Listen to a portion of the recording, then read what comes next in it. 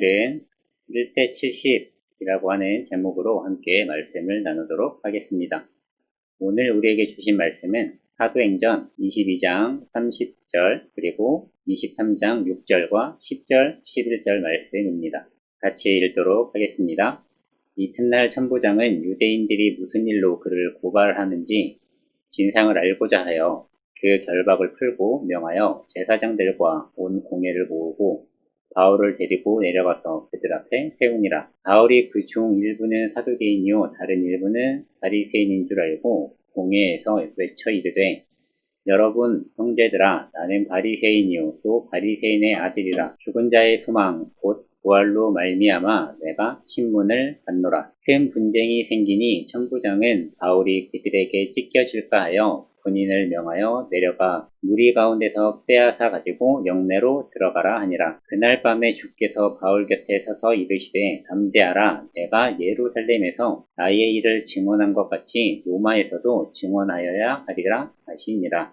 아멘. 우리 친구들 축구 좋아하시나요? 아니면 다른 운동 좋아하시나요? 개인전으로 경기하는 운동들도 있고 팀전으로 경기하는 운동들도 있어요. 그 중에 축구는 두 팀이 각각 11명씩 팀을 이루어서 경기를 하는 운동이죠. 여러분들 만약에 어른 1명과 아이들 50명이 축구 경기를 한다고 하면 어떤 결과가 생길까요? 전 국가대표 축구 선수였던 선수 한 명과 초등학생 50명이 경기를 하는 영상이 있어요. 우리 함께 그 영상을 보도록 하겠습니다.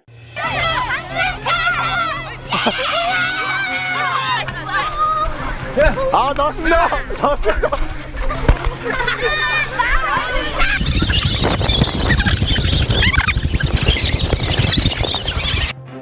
김병재 해설이 25년간 뭐 체중이라든지 음주와 흡연까지도 참 잘 참아왔습니다. 근데 제가 못 지켰던 게 한 2-3번의 드리블입니다.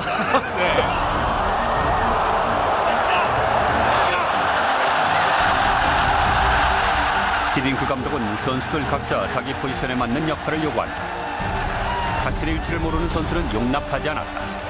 흡연과 음주는 잘 참아왔지만 드리블을 못 참아서.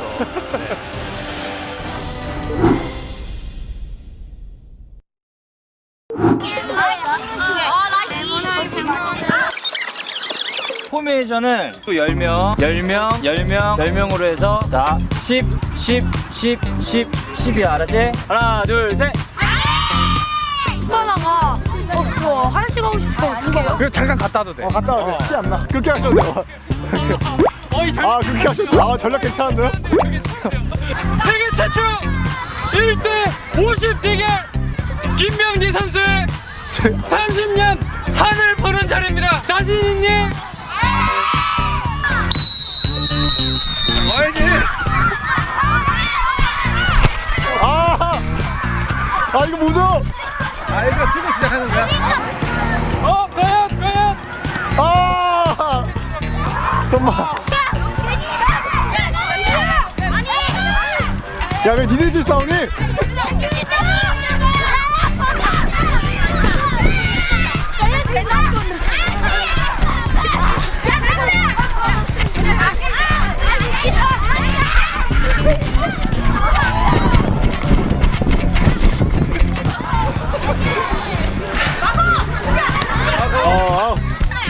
멀리 가.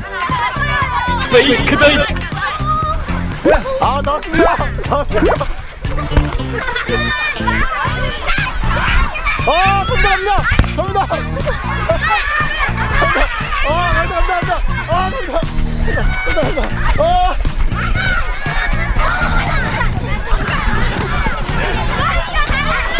오케이.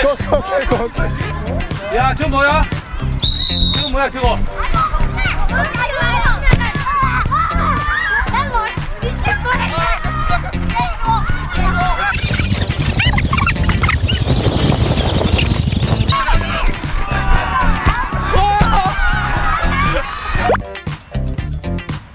(25년) 동안 프로 생활하면서 오늘이 제일 힘들어. 아니 생각해 이렇게 골키퍼 선수가 땀을 흘리는 거 처음 보는 거 같아. 사실 골키퍼 이렇게 땀 안 나거든. 일단 우리가 파울을 내든지 드로잉을 만들어내든지 세트피스를 만들어내야 헤딩 하려 했는데 애들이 밟히더라고. 아, 위험해서. 애들을 위해서 내가 하면 안 될 것 같아가지고 좀 자중했는데 해야 될 것 같네. 이리 가면 되잖아. 아!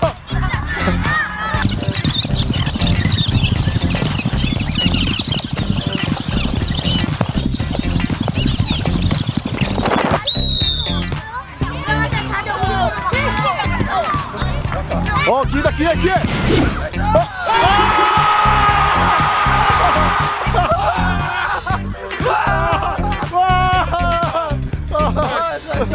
이게 이 방법이야, 이 방법. 아, 이걸 해야 돼. 스틸 해가지고 해야 돼. 스틸.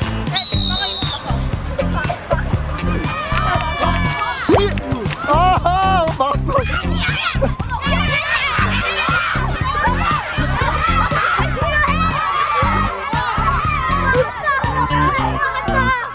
야, 너 토트넘 수비보다 네가 더 잘한다, 야.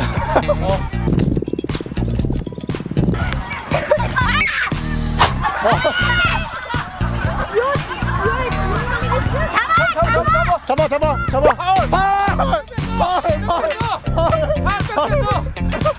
뺏겼어. 이렇게. 아니야, 여기에서 파울이야. 뺏겼어, 골로 이렇게 하는 거야. 뺏어버리니까. 간져. 면접 프리킥. 가운데 저 이제 넘기면 안 돼. 이걸 올려주면 내가 머리만 갖다 놓으면 간질이잖아. 아무리 50대 3이고 100대 3이고 간에 개망신 나가면 안 되잖아. 우리 그래도 자 전직 축구 선수들이 그래도 뭔가를 보여줘야 되잖아.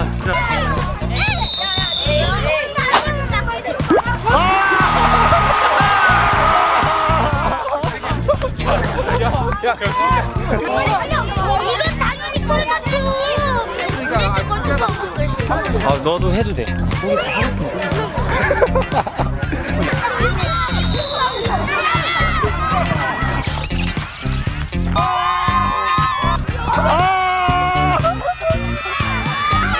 김명희 선수 미션 실패. 아 최초. 이 미션은 한번 메시, 호날두, 베일 이렇게 제명하다 안 될 것 같아. 아 진짜요? 내가 볼 때는 이게 절대 안 돼. 다음에 메시하고 호날두하고 베일한테 이메일 한번 넣어줘 봐봐. 50대 한번 붙자고. 아, 절대 안 돼. 그 중에 한 명 노이어까지 포함하면 내가 볼 때는 해볼 만해. 아 노예요. 그래야 가능하지. 내가 볼 때 안 그러면 무조건 치게 돼 있어.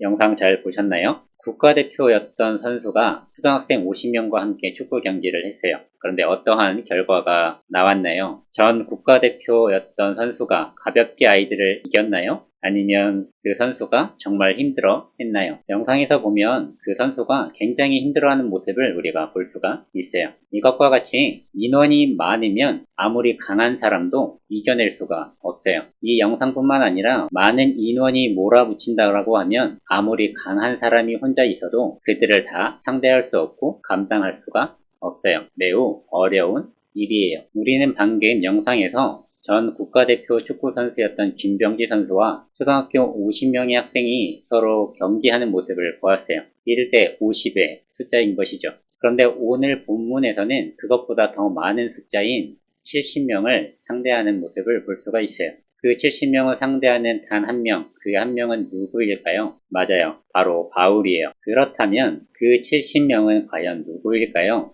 그 70명은 산헤드린 공회라고 하는 곳에 회원으로 있는 사람들이었어요. 산헤드린 공회는 모세의 율법을 해석하고 종교재판을 주관하는 기관이었어요. 산헤드린은 유대인들에게 있어서는 최고의 결정권을 가지고 있는 기관이었던 것이었죠. 당시 이스라엘이 로마의 지배 아래에 있었음에도 불구하고 산헤드린은 막강한 힘을 가지고 있어서 로마 정부에서도 함부로 하지 못했고 오히려 산헤드린의 어떠한 결정에 존중해주는 모습을 우리가 볼 수가 있어요. 그런 힘을 가지고 있는 산헤드린 공회원들이 지금 바울이라고 하는 한 사람을 놓고 재판을 하려 하고 있어요. 바울에게 씌워진 제목은 무엇이었을까요? 바울에게 씌워진 제목은 바로 예수님을 전했다라는 것이었어요. 부활하신 예수님을 믿으라고 전했던 것이 그에게 죄목이었어요. 산헤드린 공회원들은 재판 가운데에 바울을 죽이고자 서로 마음을 모아서 바울을 어떻게 죽일까 생각하고 고민하고 있었어요. 그런 상황에서 바울은 두려웠을 거예요. 그런데 바울은 우리가 보기에 혼자였지만 바울은 혼자가 아니었어요. 그와 함께 하시는 하나님이 있었기 때문이었죠. 하나님께서 그 상황에 바울에게 지혜를 주셨어요. 하나님의 지혜로 바울은 그들을 향해서 무엇이라고 말했을까요? 어떠한 행동을 했을까요? 바울은 공회원들 앞에 나아가서 이렇게 말했어요. 오늘 본문 말씀 23장 6절의 말씀을 바울이 한 말이에요. 바울이 그중 일부는 사두개인이요 다른 일부는 바리새인인 줄 알고 공회에서 외쳐 이르되 여러분 형제들아 나는 바리새인이요 또 바리새인의 아들이라 죽은 자의 소망 곧 부활로 말미암아 내가 신문을 받노라. 바울이 이 말을 하자 그 안에 있었던 공회원들이 서로 다투기 시작했어요. 공회원들은 왜 서로 다투었을까요? 공회원들은 바리새파와 사두개인으로 나뉘어 있었어요. 바리새파는 부활이 있다고 믿었고 사두개인은 부활이 없다고 믿었어요. 바울은 이들이 부활을 믿는 파와 부활을 믿지 않는 파로 나뉘어 있다는 것을 알고 오늘 본문 23장 6절에서 말한 것 같이 죽은 자의 소망 곧 부활로 말미암아 내가 신문을 받노라 라고 이야기한 것이었어요. 바울의 이 말로 인하여서 사두개인과 바리새파는 서로 다투기 시작하였어요. 바울은 죽을 수도 있는 위기에서 자신을 향한 화살을, 자신을 향한 공회원들의 눈총을 서로에게 돌린 것이었어요. 다른 주제로 돌린 것이었어요. 또한 그의 말은 예수님의 부활을 전한 것이었죠. 바울은 이렇게 그들 앞에서 말을 하였어요. 그로 인하여서 생긴 다툼으로 인해서 사두개인과 바리새파는 바울을 서로 붙잡고 자기들에게 당기며 다투었어요. 그 상황을 보고 있던 로마의 지휘관인 한 천부장이 바울을 피신시켰어요. 당시 바울은 로마의 시민권자였기 때문에 그런 바울이 사두개인과 바리새파의 다툼으로 인하여서 다칠까 염려되어서 그러한 행동을 한 것이었죠. 오늘 본문에서도 말하고 있어요. 23장 10절 큰 분쟁이 생기니 천부장은 바울이 그들에게 찢겨질까 하여 양쪽에서 사람들이 서로 바울을 붙잡아 당기니 바울이 다칠 수도 있는 충분한 상황이었어요. 그러한 위험한 상황을 천부장이 알고 바울을 피신시킨 것이었죠. 군인에 의해서 피신되어진 바울은 영내, 군인들이 머무는 숙소에서 머물게 되어졌어요. 숙소에 머물고 있는 바울은 어떤 기분이었을까요? 어떤 마음이었을까요? 바울은 매우 지쳐 있었을 것이에요. 그리고 두려운 마음이 있었을 것이에요. 그날 하루가 그에게는 정말 힘들고 피곤한 하루였을 것이에요. 그날 바울이 느낀 감정이 어땠을지 우리가 어찌 다 알 수 있을까요? 지레 짐작할 수만 있을 뿐이죠. 그렇게 지쳐있는 바울에게 누군가가 찾아왔어요. 바울을 찾아온 그 사람은 누구였을까요? 바로 예수님이셨어요. 영내에 혼자 머물고 있는 바울에게, 심신이 지쳐있는 바울에게 예수님이 찾아오신 것이었어요. 자신을 찾아와준 예수님을 보고 바울은 큰 위로가 되었을 것이에요. 그리고 힘이 되었을 것이에요. 바울은 정말 위로받고 격려받고 싶은 마음이 있었을 것이에요. 바울의 마음을 알고 계신 예수님은 바울에게 이렇게 말씀하셨어요. 오늘 본문 23장 11절의 말씀을 같이 읽도록 하겠습니다. 그날 밤에 주께서 바울 곁에 서서 이르시되 담대하라 네가 예루살렘에서 나의 일을 증언한 것 같이 로마에서도 증언하여야 하리라 하시니라. 아멘. 예수님께서 바울에게 담대하라 라고 이야기하고 계세요. 용기를 가져라 라고 말씀하고 계세요. 그리고 바울 네가 예루살렘에서 나의 일을 증언한 것 같이 네가 로마에서도 증언하여야 한다라고 말씀하고 계세요. 예수님은 바울에게 잘하고 있다라고 격려하셨고 지금과 같이 복음을 전해야 된다라고 말씀하신 것이었어요. 흔들리는 바울의 마음을 예수님께서 다시 붙잡아 주신 것이죠. 바울은 흔들리는 마음을 예수님을 통해서 다시 정돈하고 정비할 수 있었어요. 예수님은 바울에게 로마에도 나에 대해서 네가 증언해야 된다 라고 말씀하신 것과 동시에 바울아, 내가 너와 함께 하고 있어. 내가 너의 길에 함께 하고 있으니 걱정하지 마. 바울은 여러 가지 어려움과 고난 가운데에서도 예수님을 전했어요. 심지어 자기의 목숨조차 아끼지 않고 복음을 전했어요. 우리는 지난주에 바울이 자기의 목숨조차 아끼지 않고 복음을 전한다라고 고백한 것을 보았어요. 바울이 어떻게 그렇게 고백하고 어떻게 그렇게 복음을 전할 수 있었을까요? 우리가 보기에는 바울은 혼자였지만 바울은 혼자가 아니었어요. 그에게는 예수님이 함께 하셨어요. 복음을 전하는 바울에게 예수님은 언제 어디서나 함께 하신 것이었어요. 그리고 그에게 힘을 주시고 그의 길을 인도해 주신 것이었죠. 바울에게뿐만 아니라 우리에게도 예수님은 함께 해주세요. 우리에게도 힘과 능력을 주시며 우리의 길을 인도해주고 계세요. 우리가 복음 전하는 일에 나 혼자 복음을 전하는 것 같지만 나는 너무나도 연약하고 부족해 보이지만 결코 연약하지 않고 결코 부족하지 않아요. 왜냐? 나는 연약하고 나는 부족해 보일지 모르지만 예수님이 함께 하시는 삶이기 때문에 결코 연약하지 않고 결코 부족하지 않은 인생이 되는 것이에요. 바울이 복음 전하는 그 길에 예수님께서 함께 하셨어요. 그래서 그가 그렇게 담대한 마음을 가지고 용기를 가지고 복음을 전할 수 있었어요. 오늘은 70명의 사내들인 공회원 앞에서도 담대하게 말하며 자신을 향한 그 화살을 다른 사람들에게 돌리는 모습을 우리가 보았죠. 정말 우리가 연약하고 부족하고 하나님을 의지하지 않는다라면, 예수님이 우리와 함께하지 않으신다라고 하면 그러한 말을 할 수 없었을 거예요. 그런데 바울은 예수님이 함께 하셨고 하나님께서 힘과 능력을 주셨기 때문에 그러한 말을 할 수 있었던 것이었어요. 여러분, 바울의 고백이 우리의 고백이 되기를 원합니다. 또한 바울에게 함께 하신 예수님이 우리와 함께 하신다라는 것을 기억하시기를 바랍니다. 저와 여러분이 함께 하시는 예수님을 통해서 담대하게 용기를 가지고 복음을 전하는 그러한 그리스도인이 될 수 있기를 주님의 이름으로 축복 드립니다. 아멘. 함께 기도하도록 하겠습니다. 하나님, 오늘도 우리가 바울을 통하여서 사도행전의 말씀으로 말씀을 나누었습니다. 하나님, 우리가 복음 전하는 것 가운데에 정말 두려운 시간들이 있고 주저하는 시간들이 있어요. 하나님, 그런 주저하고 두려운 시간들 가운데에, 그런 상황들 가운데에 하나님께서 우리에게 힘주시고 예수님께서 우리와 함께 하여 주신다라고 하는 믿음을 가지고 용기와 담대함을 가지고 나아갈 수 있도록 힘과 능력을 더하여 주시옵소서. 그러한 믿음을 우리가 굳건히 붙잡기를 원합니다. 하나님, 우리가 복음 전해야 될 곳이 어디인지 알게 하시고 그곳을 향하여 복음 전할 수 있도록 도와주세요. 무엇보다 하나님, 내가 서 있는 그 자리가 복음을 전하는 자리가 되기 원합니다.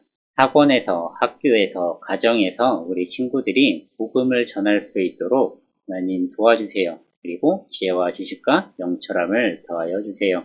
하나님, 바이러스로 인하여서 많은 어려움이 있습니다. 다시금 바이러스가 유행하여서 많은 이들이 확진자가 되어지고 고통과 고난 가운데 있습니다.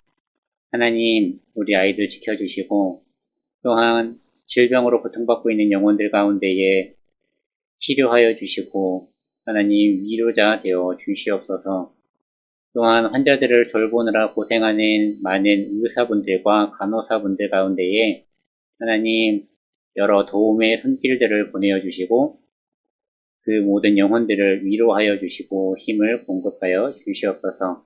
하나님, 저와 우리 초등부 아이들 그리고 우리 선생님들이 정말 위로가 필요한 이들을 위하여 기도할 수 있게 하시고 그들에게 위로의 손길을 내밀 수 있는 위로자가 되어질 수 있도록 인도하여 주시옵소서. 하나님, 돌아오는 한 주간에도 함께하여 주시고 안전을 지켜주시고 하나님과 함께하는 즐거움이 있는 시간 되게 하여 주시옵소서. 사랑합니다. 예수님의 이름으로 기도드렸습니다. 아멘. 말씀과 관련된 퀴즈가 화면에 나가고 있습니다. 말씀 기억하시면서 퀴즈 꼭 풀어봐 주시기 바랍니다. 그럼 한 주간 잘 보내고 다음 주에 만나도록 하겠습니다.